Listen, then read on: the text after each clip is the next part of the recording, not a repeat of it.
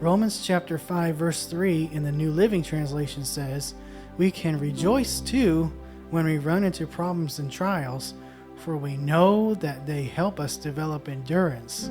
In the Amplified Classic Translation it says, "Moreover, let us also be full of joy now. Let us exult and triumph in our troubles and rejoice in our sufferings, knowing that pressure and affliction and hardship produce patient and unswerving endurance." And the Passion Translation says, "But that's not all.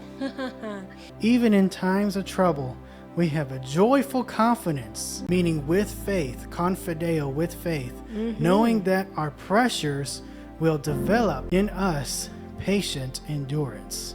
Wow, that is so good. All three of these translations just really expand the idea of this. We can rejoice when we run into problems and trials.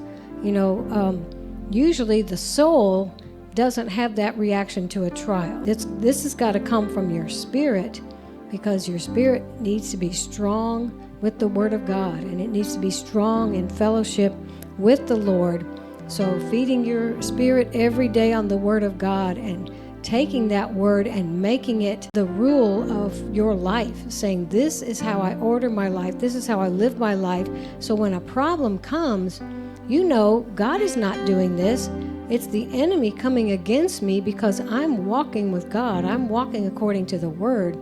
And trials are usually designed by the enemy to get us to quit walking forward, to quit advancing in the things of God, the things He's told us to do. So we can be full of joy, knowing that as we're going through a trial and you feel pressure, you might feel like things are all mixed up, things are going wrong, you might experience some kind of hardship, but know that Jesus went through trials. He did not live a sugar-coated life here on the earth.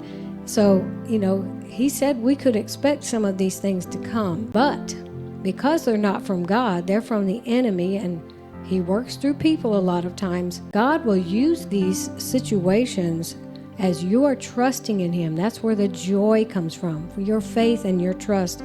He will use these situations to develop in you endurance, where you can persevere like that runner, like that athlete that goes through training to be able to outlast the enemy, outlast the trial, and come through it just victorious.